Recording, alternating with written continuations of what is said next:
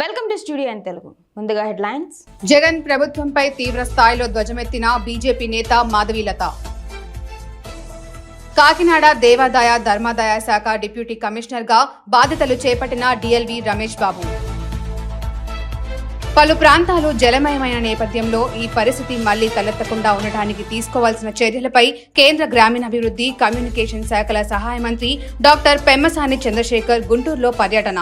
ఇక డీటెయిల్స్ చూస్తే బీజేపీ నేత మాధవీలత జగన్ ప్రభుత్వంపై తీవ్ర స్థాయిలో ధ్వజమెత్తారు. శ్రీవారి దర్శనార్థం కాలినడకన తిరుమలకు చేరుకున్న ఆమె హైందవుడు అయిన వైసీపీ అధినేత జగన్మోహన్ రెడ్డిని తిరుపతికి రానివ్వకుండా ప్రతి హిందువు అడ్డుకోవాలన్నారు. పరమ పవిత్రమైన లడ్డూను మాంస పదార్థాలతో చేయడం చాలా దారుణమన్నారు. శ్రీవారిని రాజకీయ నాయకులు నిలువున దోచుకుంటున్నారని విమర్శించారు. స్వామికి సంబంధించిన లడ్డూ మీద మాత్రమే కాక ఇతర అసలుపైన ప్రభుత్వంపై ప్రత్యేక దృష్టి సారించాలని ఆమె డిమాండ్ చేశారు. ఆయన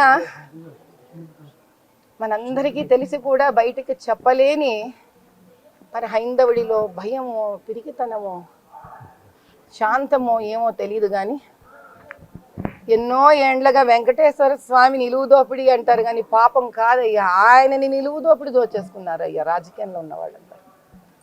ముఖ్యంగా కాంగ్రెస్కు సంబంధించి ఎవరు వచ్చినా కూడా వాళ్ళ కన్ను ముందు పడేది వెంకటేశ్వర స్వామి మీదే. ఎందుకంటే కోట్లు వడ్డీ కాసుల వాడి దగ్గర ఉండే వడ్డీ కాసులు ఏదైతే ఉన్నాయో ఆ కాసులు తినే స్వార్థం ఈరోజు లడ్డూ విషయంగా వచ్చింది. అది మాట్లాడదాం. ఎలాగో లడ్డూ కన్నా ముందు వజ్రాల కిరీటం పోయింది చాలా కాలం క్రితం. హుండీలో డబ్బులు ఎక్కడ పోతున్నాయో తెలియవు మనకి. పాపం తలనీలాలు వెంట్రుకలు ఇస్తారు, ఆ డబ్బంతా ఎక్కడ పోతుందో తెలియదు ఎవరికి. అన్నప్రసాదాలు పెడతాం ఫ్రీగా అంటారు, రాను రాను ఎన్టీ రామారావు గారి కాలంలో ఉన్నంత కూడా లేవు. ఇప్పుడు భయంకరంగా ఉంటుంది ఆ ఉచిత భోజనం. చూడబుద్ధి కాదు, తినబుద్ధి కాదు. దీనికి తోడు వెంకటేశ్వర స్వామికి 7 కొండలు కూడా ఎందుకు, ఆయన 5 పెట్టుకోమని చాలు, 2 మాకు ఇచ్చేయండి అన్న మహానుభావులు కూడా ఉన్నారు. ఏం చేద్దాం, ఎవడబ్బా సొమ్మని కులుకూచు తిరిగేవు వీళ్ళ మీద పాడాల్సిన పాట రామదాస్. అసలు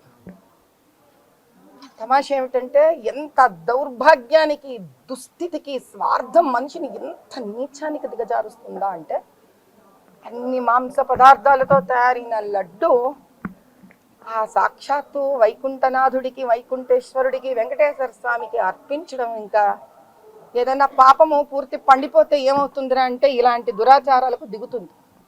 వినాశకాలే విపరీత బుద్ధి. ఈ రోజైనా హైందవుడు మేలుకోకపోతే వీళ్ళు ఇలాగే వాడేస్తూ ఉంటారు మనని, మన సాంప్రదాయాలని, మన దేవుళ్ళని, దేవాలయాలని, డబ్బుని, హుండీని, మనం వదిలే జుట్టుని దేన్ని వదిలిపెట్టరు తండ్రి. మనం ఆలోచించుకోవాలి, ఓట్లు ఎవరికి వేస్తున్నాము. ఆయనను కాపాడలేని ప్రభుత్వాలు మనకెందుకయ్యా? సనాతన ధర్మాన్ని కాపాడలేని ప్రభుత్వాలు ఎందుకు మనకు? దేవాలయాలను కాపాడలేని ప్రభుత్వాలు ఎందుకు మనకు? హైందవ ధర్మ సంస్థాపనకు పాటుపడని ప్రభుత్వాలు ఎందుకు మనకు? 18 సార్లు రిటర్న్ పంపించినామన్నారే నెయ్యిని. మరి ఆ 18 సార్లు రిటర్న్ పంపించిన నెయ్యి రిపోర్ట్ ఏదయ్యా తండ్రి? ఏది చూపించమనండి. మరి 18 సార్లు బాగలేనప్పుడు మరి 18 సార్లు ప్రాయశ్చిత్తం ఎట్లెక్కాలి కదా.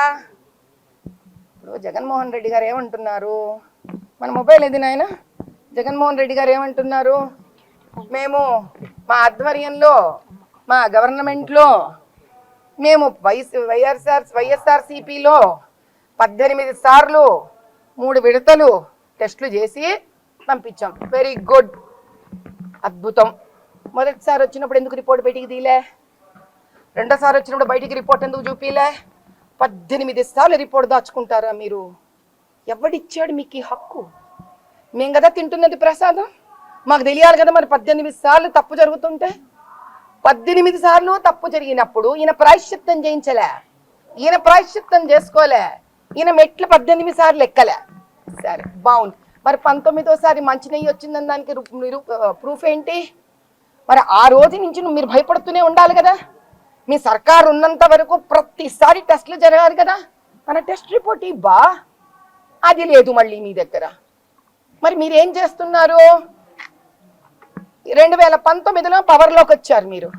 2020 సెప్టెంబర్ 20కే 1990 గవర్నమెంట్ జీవో ఆర్డర్ 311 ప్రకారము పరమతము పరధర్మము అంటే హిందువు కాని వాడు ఎవరైనా సరే అండర్టేకింగ్ ఇవ్వాలి. ఏమని? నేను వెంకటేశ్వర స్వామిని ఇష్టపడతాను, నమ్ముతాను, హైందవ ధర్మాన్ని నమ్ముతాను.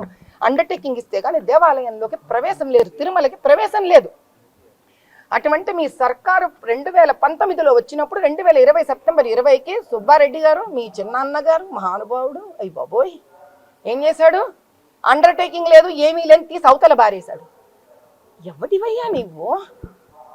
హిందూ ధర్మాన్ని మార్చడానికి నువ్వు ఎవరు?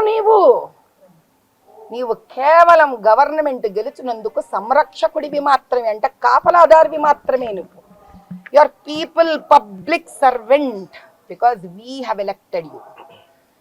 హిందువు గెలిపిస్తే గెలిచావు నీవు. ఈ సంఖ్యతి ఎవరిది అధిక సంఖ్య?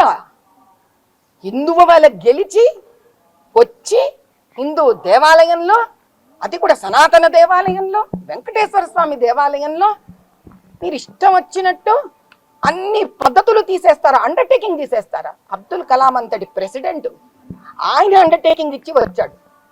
మీ నాన్నగారు వైఎస్ రాజశేఖర రెడ్డి గారు కానీ, ఆవిడ ఇటాలియన్ మదర్ సోనియా గాంధీ కానీ అండర్టేకింగ్ లేకుండా వస్తారా? ఏమనుకుంటున్నారు అసలు దీని గురించి? అసలు 13 కోట్ల లడ్లు అమ్ముడుపోతాయి సంవత్సరానికి. 100 రూపాయలు వేసుకున్న 1300 కోట్లు. మరి 18 సార్లు నీకు గఫలా జరిగింది మెటీరియల్ అన్నప్పుడు ఒక గోశాలను ఎందుకు పెట్టలేదు? ఆ గోశాలను ఇక్కడ ఎందుకు నిర్మించలేదు? 1300 కోట్ల రూపాయలతో ఎంత అద్భుతమైన గోశాల చేయొచ్చు, స్వచ్ఛమైన నెయ్యిని తయారు చేయొచ్చు, లడ్లను చేయొచ్చు. సాక్షాత్తు వైకుంఠవాసుడే వచ్చి ఈ శ్రీవారి మెట్ల ద్వారా ఇక్కడ వెలిసాడని నమ్మే మా అందరికీ ఇది ఒక డబ్బు చేసుకునే వ్యాపారం అయిపోయింది తిరుమల తిరుపతి దేవస్థానం. భగవంతుడు క్షమించడు. రేపు వస్తాడంట మహానుభావుడు. ఏం చేయడానికి వస్తున్నాడయ్యా? అండర్టేకింగ్ తీసేసిన వాడు అండర్టేకింగ్ సంతకం పెట్టడం ఏంటి? నాకు అర్థం కదా, పెద్ద జోక్ లాగా ఉంది ఇది. చిన్ననేమో అండర్టేకింగ్ తీసేస్తాడంట, ఈయనేమన్నాడంట ఇప్పుడు ఆయన అండర్టేకింగ్ సంతకం పెడతాడా? ఏ అండర్టేకింగ్ సంతకం పెడతాడా? నమ్మందా తీసేసిద్దా? హైందవుడు కనుక కొంచెమన్నా నిద్ర మేల్కొంటే అసలు తిరుపతి నుంచే లోపలికి రానికుండా చేయాల వ్యక్తి. కాకినాడ దేవాదాయ ధర్మాదాయ శాఖ డిప్యూటీ కమిషనర్ గా డిఎల్వి రమేష్ బాబు బాధ్యతలు స్వీకరించారు. దేవాదాయ ధర్మాదాయ శాఖ సంబంధించిన భూముల పరిరక్షణకు చర్యలు తీసుకోవటం జరుగుతుందని నూతనంగా బాధ్యతలు చేపట్టిన డిప్యూటీ కమిషనర్ డిఎల్వి రమేష్ బాబు పేర్కొన్నారు. శుక్రవారం కాకినాడ దేవాదాయ ధర్మాదాయ శాఖ డిప్యూటీ కమిషనర్ కార్యాలయంలో ఆయన బాధ్యతలు చేపట్టారు. డిప్యూటీ కమిషనర్ గా పనిచేసిన విజయరాజు బదిలీ కావడంతో ఆయన స్థానంలో ఏ సుబ్బారావును ఇన్ఛార్జిగా వేశారు. అనంతరం పూర్తి బాధ్యతలతో రమేష్ బాబును ప్రభుత్వం నియమించింది. ఈ సందర్భంగా ఆయన మాట్లాడారు. జై సత్యదేవ. మరి ఈరోజు కాకినాడ డిప్యూటీ కమిషనర్గా జాయిన్ అయ్యాను. అరసవేలి సూర్యనారాయణ స్వామి దేవస్థానం నుంచి బదిలీపై ఈరోజు ఇక్కడ కాకినాడ డిప్యూటీ కమిషనర్గా జాయిన్ అయ్యి ఛార్జ్ తీసుకోవడం జరిగింది. మరి ఇదే ఈ డిప్యూటీ కమిషనర్ 3 జిల్లాల పరిధి, తూర్పు, పశ్చిమ, కృష్ణ. మరి ఇటీవల బైఫర్కేషన్ అయిన జిల్లాలతో కలుపుకుని 7 జిల్లాలుగా ఉన్నది. తూర్పుగోదావరి జిల్లా 3 జిల్లాలుగాను, పశ్చిమ గోదావరి జిల్లా 2 జిల్లాలుగాను, కృష్ణ 2 జిల్లాలుగాను కలిసి 7 జిల్లాలు. మరి ఇదివరకు పూర్వం సహా కమిషనర్ రాజమండ్రిగా నేను పనిచేసిన అనుభవం ఉంది. అదేవిధంగా ఇదే డీసీ ఆఫీస్లో నేను డీసీగా కూడా 2 years ఇన్ఛార్జ్ చేసిన అనుభవం కూడా ఉంది. మరి 1988లో నేను జూనియర్ అసిస్టెంట్గా ఇదే ఆఫీస్లో నేను జాయిన్ అవ్వడం జరిగింది. మరి ఈ డిపార్ట్మెంట్లో నాకు 35 సంవత్సరములు సర్వీస్ పూర్తి చేస్తున్నాను.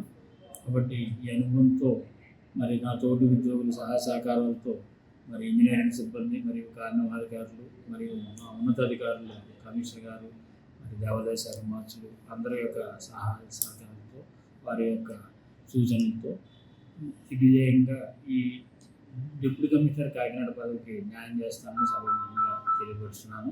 అదేవిధంగా మరి దేవస్థానానికి సంబంధించిన అనేక భూములు అన్య ప్రాంతంలో ఉన్న ఎల్ఎల్పి అలాగే మరి ట్రిబ్యునల్లో ఎవిక్షన్ అయ్యి ఇంప్లిమెంట్ కాని కేసులు ఏమన్నా ఉంటే మా సహాయ కమిషన్ ద్వారా రివ్యూ చేసి వాటి మీద కూడా తగిన చర్యలు తీసుకుంటాను. అదేవిధంగా మరి దేవాలయంలో ఇప్పుడు దసరా ఉత్సవాలు మొదలవుతున్నాయి.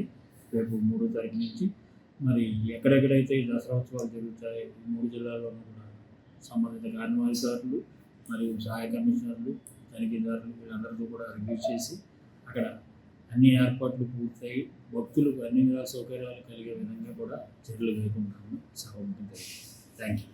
తిరుమల తిరుపతి దేవస్థానంలో ఉన్న నియమ నిబంధనలు ఎవరైనా పాటించాల్సిందేనని బీజేపీ రాష్ట్ర అధికార ప్రతినిధి భానుప్రకాష్ రెడ్డి అన్నారు. బీజేపీ రాష్ట్ర అధికార ప్రతినిధి భానుప్రకాష్ రెడ్డి తిరుమల వెంకన్న సేవలో పాల్గొని స్వామివారి ఆశీస్సులు అందుకున్నారు. నైవేద్య విరామ సమయంలో స్వామివారిని దర్శించుకున్న భానుప్రకాష్ రెడ్డికి దర్శనం అనంతరం ఆలయం వెలుపల మీడియాతో మాట్లాడారు. హిందువులకు ఆధ్యాత్మిక రాజధాని తిరుమల క్షేత్రం. ఈ క్షేత్ర పవిత్రతని, ఈ క్షేత్ర మహిమల్ని కాపాడి భావితరాలకి అందించాల్సిన బాధ్యత మనందరి మీద ఉంది. తిరుమల తిరుపతి దేవస్థానాల్లో కొన్ని నియమ నిబంధనలు ఉన్నాయి. ఎవరైనా సరే దాన్ని ఖచ్చితంగా పాటించాలని చెప్పి మనకు చట్టాలు చెప్తున్నాయి. అన్యమతస్థులు ఎవరు వచ్చినా సరే ఇక్కడ ఉన్నటువంటి సాంప్రదాయాలను పాటించాలి. స్వామివారి మీద నాకు నమ్మకం, భక్తి ఉందని చెప్పి డిక్లరేషన్ ఇచ్చిన తర్వాత స్వామివారిని దర్శనం చేసుకోవాలని చెప్పి టీటీడీ నియమ నిబంధనలు చెప్తున్నాయి. కాబట్టి ఎవరు వచ్చినా సరే దాన్ని పాటించాలి. దయచేసి ఇది తిరుమల ఒక ఆధ్యాత్మిక క్షేత్రం. ఇక్కడ దయచేసి ఎవరు వచ్చినా సరే దీన్ని ఒక రాజకీయ క్షేత్రంగా చేయకుండా, రాజకీయ ప్రసంగాలు చేయకుండా ఆధ్యాత్మిక చింతనతోనే ఇక్కడ ఉండాలని చెప్పి మేము కోరుకుంటున్నాం. కొందరికి ఇక్కడ ఉన్నటువంటి సాంప్రదాయాలు తెలియవు. ఆ తెలియని వ్యక్తులకి ఆనంద నిలయంలో హరికొలువు అంటే వెంకటేశ్వర స్వామి దగ్గర ఏ విధమైనటువంటి కైంకర్యాలు, శ్రీవారికి సంబంధించి ఆలయంలో సంబంధించి పూర్తి విశేషాలు ఉన్నటువంటి ఈ 2 పుస్తకాలని నేను మాజీ ముఖ్యమంత్రి జగన్మోహన్ రెడ్డి గారికి ఇది పంపిస్తున్నాను. వారు దీన్ని చదివి ఇక్కడ ఉన్నటువంటి సాంప్రదాయాల్ని, ఇక్కడ ఉన్నటువంటి ఆచారాలని పాటించాలని చెప్పి ఒక గోవింద్ భక్తుడిగా, ఒక వెంకటేశ్వర స్వామి భక్తుడిగా ఖచ్చితంగా నేను కోరుకుంటున్నాను. ఎవరైనా సరే ఖచ్చితంగా ఇక్కడ ఉన్నటువంటి నియమ నిబంధనలు దయచేసి పాటించండి. టీటీడీలో ఉన్నటువంటి ఆ నిబంధనలు ఎవరైనా అతిక్రమిస్తే ఖచ్చితంగా వారి మీద చట్టరీత్యా టీటీడీ అధికారులు చర్యలు తీసుకోవాలని చెప్పి ఒక గోవింద్ భక్తుడిగా కోరుకుంటున్నా. గోవిందా నారాయణ. దేశంలోని హిందువులంతా ఏకమై హైందవ శక్తిని జాగ్రత్తలు చేయాలని బీజేపీ నేత మాధవిలత పిలుపునిచ్చారు. తిరుమల వెంకన్న సేవలో బీజేపీ నేత మాధవిలత పాల్గొని స్వామివారి ఆశీస్సులు అందుకున్నారు. వీఐపీ బ్రేక్ సమయంలో స్వామివారిని దర్శించుకున్న మాధవిలతకు ఆలయ అధికారులు స్వాగతం పలికి దర్శనం ఏర్పాట్లను చేశారు. దర్శనం అనంతరం ఆలయం వెలుపల వచ్చిన ఆమె మీడియాతో మాట్లాడారు. ఆయన దర్శనం ఏముంది, ఆ భాగ్యం, అదృష్టం, పాపాలు కర్మాలు తగ్గితే ఆయన దర్శనం కలుగుతుంది. పాపం పెంచుకోవాలంటే కూడా ఒకసారి ఆయన నగలు చూస్తే కూడా కోరికలు వచ్చే వాళ్ళకి కోరికలు వస్తాయి. మన మనసును బట్టి కదా నాయన.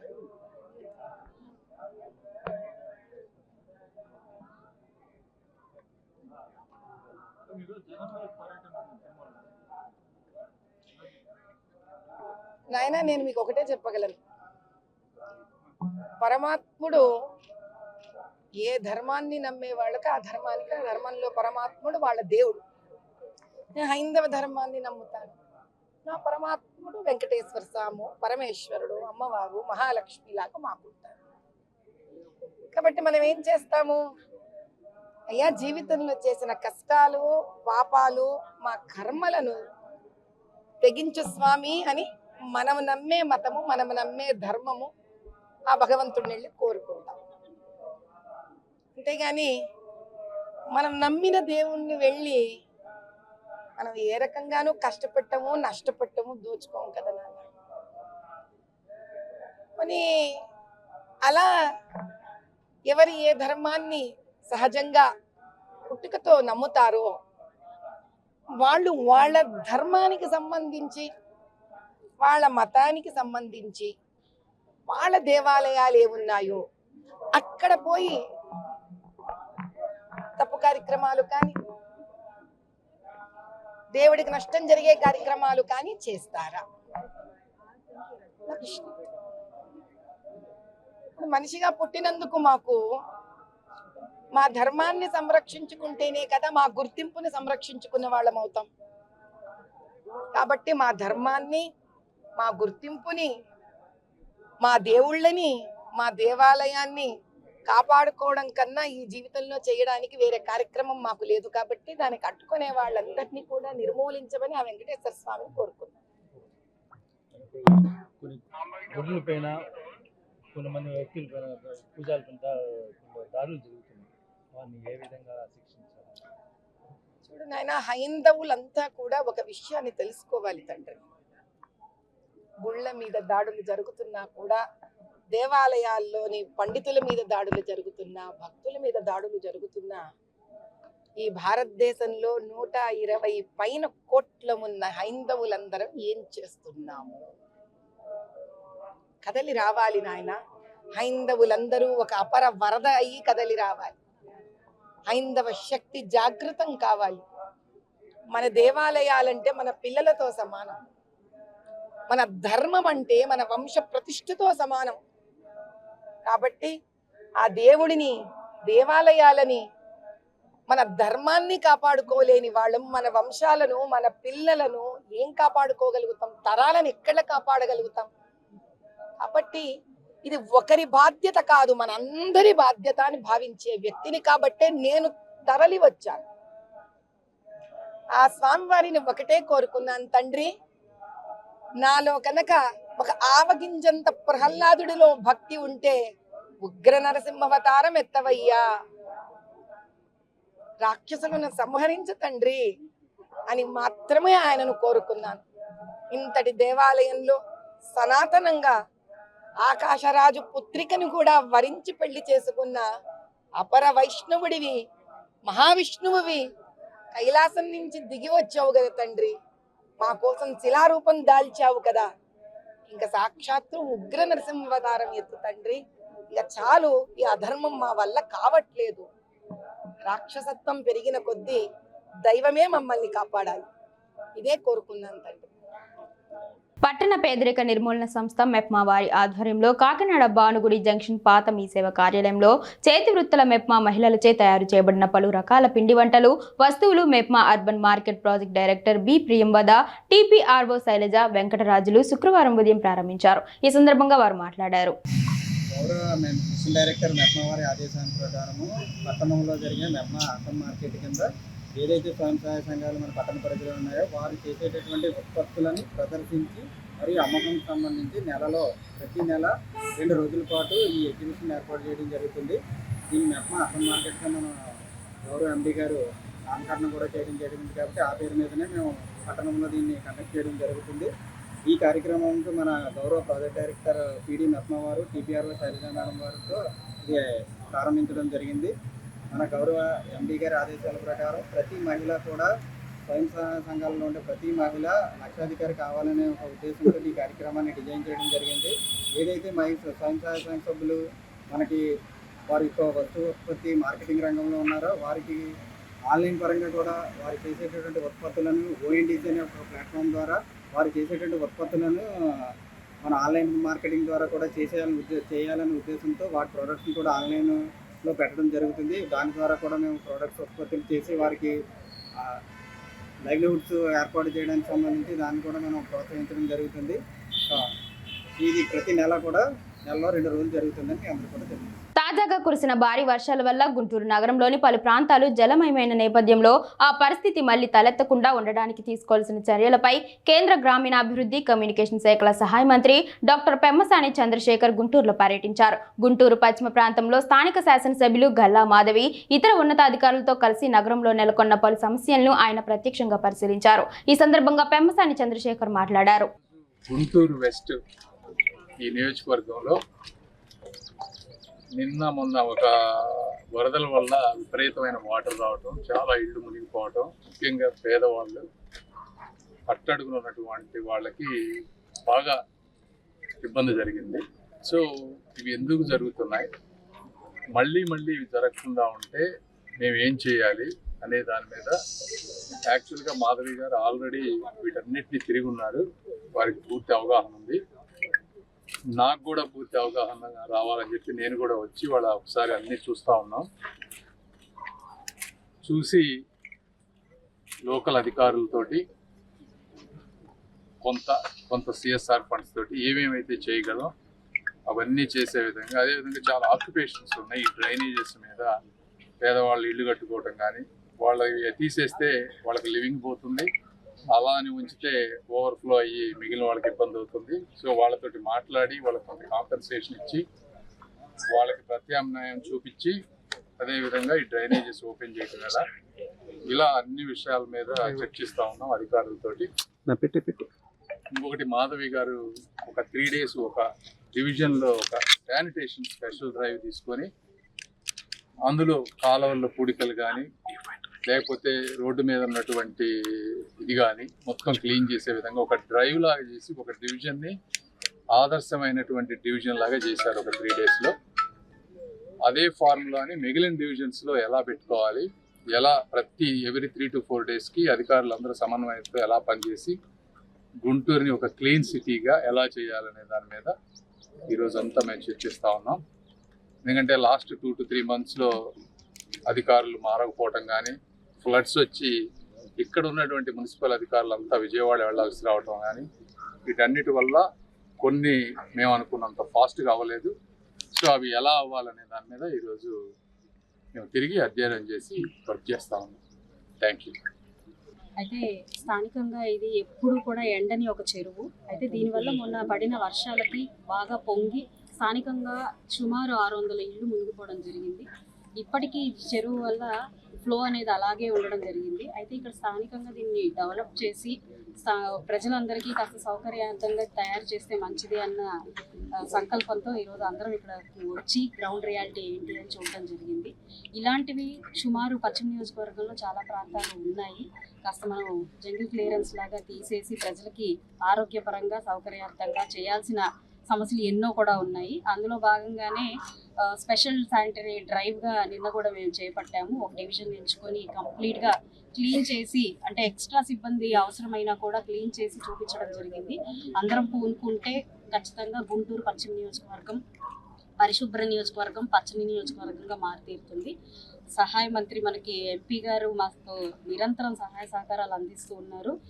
వారానికి 10 రోజులకి వచ్చి మమ్మల్ని అడిగి మరీ తెలుసుకొని మాకు ఎలాంటి సమస్యలు ఉన్నా కూడా వాటి మీద ప్రత్యేక ఫోకస్ పెట్టి మాకు నిత్యం మా వెంటే ఉన్నారు. అదేవిధంగా మొన్న మనం అరండాలపేట బ్రిడ్జ్తో సహా మనం చూసాము. ఇలాంటివన్నిటికీ కూడా ఆయన సహాయ సహకారాలు మాకు అందుతూ ఉన్నాయి. కాబట్టి అత్యంత త్వరలోనే ఒక ప్లాన్ ఆఫ్ యాక్షన్తో గుంటూరు సిటీని మొత్తం కూడా క్లీన్ సిటీ లాగా చేసే లక్ష్యంతోనే ముందుకు వెళ్తూ ఉన్నాము. ప్రధాన సమస్యల మీద ఫోకస్ చేయడం కోసం అవి మంత్రి గారి దృష్టికి తీసుకువెళ్ళడం కోసం ఈరోజు ఆయన్ని మేము పిలవడం జరిగింది. ఆయన చాలా సానుకూలంగా స్పందించి ఈరోజు పర్యటించడం జరిగింది. ఆయనకు ప్రత్యేకమైన ధన్యవాదాలు. అదేవిధంగా డివిజన్ స్థాయిలో ఉన్న నాయకులందరికీ, డివిజన్ లీడర్లందరికీ, కార్యకర్తలకి, మీడియా మిత్రులందరికీ కూడా ప్రత్యేకమైన కృతజ్ఞతలు. వినుకొండ మండలం అందుగల కొత్తపాలెం, నూజెండ్ల మండలం నాగిరెడ్డిపల్లి మధ్య గుండ్లకమ్మ నదిపై హై లెవెల్ బ్రిడ్జ్ నిర్మాణం చేపట్టనున్నారు. దీనిలో భాగంగా నరసరావుపేట ఎంపీ లావు శ్రీకృష్ణ దేవరాయలు, వినుకొండ శాసనసభ్యులు జీవి ఆంజనేయులు శుక్రవారం బ్రిడ్జి నిర్మాణ పనులకు శంకుస్థాపన చేశారు. చాలా లేటెస్ట్ టెక్నాలజీతో ఒక మంచి క్వాలిటీ కన్స్ట్రక్షన్ చేయాలని లక్ష్యంతో 15,83,00,000తో వ్యయంతో ఈ బ్రిడ్జిని శంకుస్థాపన చేయడం జరిగింది. దీనికి 240 మీటర్లు లెంగ్త్తో చాలా పెద్ద bridge, high level bridge construction ఇక్కడ చేస్తున్నాం. దీనివల్ల చింతల చెరువు అలాగే చుట్టుపక్కల ఉన్నటువంటి గ్రామాలకి, ఇటు వినుకొండ మండలం అటు నూజెండ్ల మండలంలోని అనేక గ్రామాలకి సుమారు 20 కిలోమీటర్ల దూరం తగ్గుతూ ఉంది ఈ రహదారి వాడినందువల్ల. ఈ బ్రిడ్జ్ వల్ల బహుళ ప్రయోజనాలు ఉన్నాయి. అలాగే భవిష్యత్తులో దీనికి మళ్ళీ సపోర్ట్గా ఇక్కడ ఒక చెక్ డ్యామ్ నిర్మాణాన్ని కూడా ఎంపీ గారిని ప్రపోజ్ చేయాలని చెప్పేసి నేను కోరుతున్నా. అలాగే స్టేట్ గవర్నమెంట్ నుండి కూడా మరి ముఖ్యమంత్రి గారి దృష్టికి కూడా తీసుకెళ్తాము. గతంలో నేను ఎంపీ గారిని కోరాను, పువ్వాడ గోకరకొండ దగ్గర అక్కడ అద్దంకి నార్కెట్పల్లి హైవే వెళ్ళటానికి అక్కడ మన పువ్వాడ గోకరకొండ దగ్గర ఒక హై లెవెల్ బ్రిడ్జి ఆవశ్యకత ఉందని చెప్పేసి మనం కోరాం. 20,50,00,000 వ్యయంతో అక్కడ ఒక పెద్ద బ్రిడ్జ్ తీసుకురావడానికి ఎంపీ శ్రీకృష్ణదేవరాయలు గారు దానికి కృషి చేస్తున్నారు. అక్కడ మన గోకరకొండ దగ్గర కట్టబడేటువంటి బ్రిడ్జి హై లెవెల్ బ్రిడ్జి వల్ల 20,50,00,000 వ్యయంతో దాన్ని చేపడతాం. దానివల్ల సుమారు 40 గ్రామాలకి, అంటే మన జిల్లాలో 20 గ్రామాలకి, ప్రకాశం జిల్లాలో 20 గ్రామాలకి చాలా 26 కిలోమీటర్లు దూరం కలిసి వస్తుంది. ఇంకా మన వినుకొండ ప్రాంత అభివృద్ధికి, పల్నాడు జిల్లా యొక్క అభివృద్ధికి ఎంపీ గారు ఖచ్చితంగా మంచి నిధులు ఇస్తారు. ఎస్సీ కాలనీలో కమ్యూనిటీ హాల్స్, అలాగే బీసీ దగ్గర కమ్యూనిటీ హాల్స్, ఇలాంటివి కూడా భవిష్యత్తులో నిర్మాణం చేపడతాం. ఈ గుండకం పైన ఈ బ్రిడ్జ్ ఏదైతే మనము శంకుస్థాపన చేసుకుంటా ఉన్నామో, శంకుస్థాపన చేసుకోవడం అనేది ఒక 20% పని మాత్రమే. మిగతా 80% పని దానికి కావలసిన నిధులు సరైన సమయంలో, అన్ని సమయాల్లో కూడా సమకూర్చి దాన్ని పూర్తి చేయడం అనేది మా పైన ఉంది. తప్పకుండా ఆ బాధ్యతను మేము తీసుకుంటాము. అది పూర్తి చేసేదానికి అన్ని విధాలు కూడా ప్రయత్నిస్తామని చెప్పి మేము ఎవరికి కూడా మాటిస్తా ఉన్నాం. అలాగే కేవలం ఈ ఒక్క బ్రిడ్జే కాదు, నేను పంచాయతీరాజ్ వాళ్ళకి చెప్తా ఉన్నాను, కనీసం మన పార్లమెంట్కి సంబంధించి 700 కిలోమీటర్లన్నా వచ్చే 5 సంవత్సరాల్లో PMGSY కింద రోడ్లు పెట్టండి, మనం శాంక్షన్ చేసుకుని పనులు పూర్తి చేసుకోవడానికి అన్ని ప్రయత్నాలు చేద్దాం వచ్చే 5 సంవత్సరాలు అని చెప్పి వారికి చెప్తా ఉన్నాం. అలాగే వినుకొండకి సంబంధించి మరీ ముఖ్యంగా 100 కిలోమీటర్లు పైగా ప్రధానమంత్రి గ్రామీణ సడక్ యోజన కింద పెట్టండి. వాటిని అన్నింటినీ కూడా మనం శాంక్షన్ చేసుకొని పని పూర్తి చేసేదానికి అన్ని విధాలుగా ప్రయత్నిద్దామని చెప్పి తెలియజేసుకుంటాం. అయితే దీనికి ముఖ్యంగా మనకు అడ్డొచ్చేది వాస్తవం చెప్పాలి, దీనికి ఫండింగ్ విషయంలో కొద్దిగా మనకి ఇబ్బందులు రావచ్చు. ఎందుకు వస్తుందంటే 60% సెంట్రల్ గవర్నమెంట్ ఇస్తుంది, 40% స్టేట్ గవర్నమెంట్ ఇస్తాము. మీ అందరికీ తెలిసిందే రాష్ట్ర ఖజానా పరిస్థితి మీరు అందరూ చూస్తూ ఉన్నారు. ఏ విధంగా అయితే పాత పనులు చేసి బకాయిలు ఉన్నవే కొన్ని వేల కోట్లు ఉన్నాయి, అవే ఇంకా తీర్చిన పరిస్థితి ఉంది. మీ వినుకొండకు సంబంధించే ఉంది. 2019 నుంచి 24 దాకా కాదు, 2014 నుంచి 19 దాకా కూడా దాదాపు 40 కోట్ల దాకా పనులు చేసి ఉన్నారు. మీకు ఇంకా డబ్బులు రావాల్సిన వాళ్ళు ఉన్నాయి. దాన్ని అయ్యించి 19 నుంచి 24 దాకా పనులు చేసే వాళ్ళకి డబ్బులు పూర్తి చేసి ఇప్పుడు ఈ 40% స్టేట్ గవర్నమెంట్ ఏదైతే ఇవ్వాలో అది ఇస్తే గానీ ముందుకు వెళ్ళిన పరిస్థితి ఉంది. దాన్ని మీరు అందరూ కూడా అర్థం చేసుకుంటారని చెప్పి ఆశిస్తా ఉన్నాం. పూర్తి చేయడానికి, ఈ రోడ్లు వేయడానికి అన్ని విధాలుగా కూడా ఆంజనేయ గారు, మేము ఇద్దరం కూడా అన్ని విధాలుగా కృషి చేస్తామని చెప్పి అందరూ కూడా తెలియజేసుకుంటా ఉన్నాం. ఇక్కడికి వచ్చారు చాలా మంది పెద్దలు, వాటి గురించి మీకు ఏమైనా ఇన్ఫర్మేషన్ కావాలి, కోఆపరేటివ్ సొసైటీస్ కింద మేము ఏం చేయొచ్చు, ఏ విధంగా మేము బలోపేతం చేయొచ్చు అని మీకు ఏమన్నా ఉంటే కనుక తప్పకుండా రండి. వాటికి సంబంధించిన ఇన్ఫర్మేషన్ అంతా కూడా మీకు ఇచ్చే కార్యక్రమం చేస్తాం. వీటన్నిటితో పాటుగా మరొకటి prime minister employee guarantee scheme కింద PMEGP కింద మీకు లోన్లు ఇచ్చే కార్యక్రమం కూడా ఉంది. 10 లక్షల దాకా ఇప్పుడు ఇచ్చే వెసులుబాటు ఉంది. వాటిని కూడా మీరు అప్లై చేసుకుంటే కనుక అది శాంక్షన్ చేయించడానికి మేము ఇప్పటికే కలెక్టర్ గారితో మాట్లాడడం, లీడ్ బ్యాంకర్తో మాట్లాడడం, అందరితో మాట్లాడడం చేయించేదానికి ఉన్నాం. మీ అందరికీ ఉండేది ఏంటంటే ఏదో ఒకటి మనం చెయ్యాలని మీ అందరికీ కూడా ఉత్సాహం ఉంటుంది. ఆ ఉత్సాహాన్ని ఏ విధంగా చెయ్యాలి, ఎలా చెయ్యాలి అనే దానికి కొద్దిగా మీకు డౌట్ ఉంటుంది. ఆ డౌట్ని కనుక మీరు అధిగమించాలి అంటే కొద్దిగా మీరు ఎమ్మెల్యే గారి ఆఫీస్ని, మా ఆఫీస్ని కడుతూ ఉంటే మేము చెప్తాం, అయ్యా దీన్ని ఈ విధంగా. తిరుమలలో రాత్రికి రాత్రి టీటీడీ ఈవో పేరుతో కొన్ని ఫ్లెక్సీలు వెలిశాయి. తిరుమలలోని పలు ప్రాంతాల్లో వెలిసిన ఈ ఫ్లెక్సీల్లో హైందవేతరులు ఆలయ ప్రవేశం చేయాలంటే హిందూ మతానికి తాము వ్యతిరేకులం కాదని, కలియుగ వెంకటేశ్వర స్వామి అంటే తమకు ప్రగాఢ విశ్వాసం, గౌరవం ఉందని, వైకుంఠం 1లో టీటీడీ ఏర్పాటు చేసిన డిక్లరేషన్ ఫామ్ పై తమ సంతకం తప్పనిసరి చేయాలని, ఇవ్వాలని ఆ ఫ్లెక్సీల్లో టీటీడీ సూచించింది. లేని పక్షంలో జీవో నెంబర్ 311 ప్రకారం శిక్షార్హులు అవుతారని టీటీడీ పేర్కొంది. అయితే ఇది ఇలా ఉంటే జగన్మోహన్ రెడ్డి తిరుమలకు వస్తున్న నేపథ్యంలో ఈ ఫ్లెక్సీలను ఏర్పాటు చేసినట్లు తెలుస్తోంది. వార్తలు ముగించే ముందు హెడ్లైన్స్ మరోసారి. జగన్ ప్రభుత్వంపై తీవ్ర స్థాయిలో ధ్వజమెత్తిన బీజేపీ నేత మాధవీలత. కాకినాడ దేవాదాయ ధర్మాదాయ శాఖ డిప్యూటీ కమిషనర్ గా బాధ్యతలు చేపట్టిన DLV రమేష్ బాబు.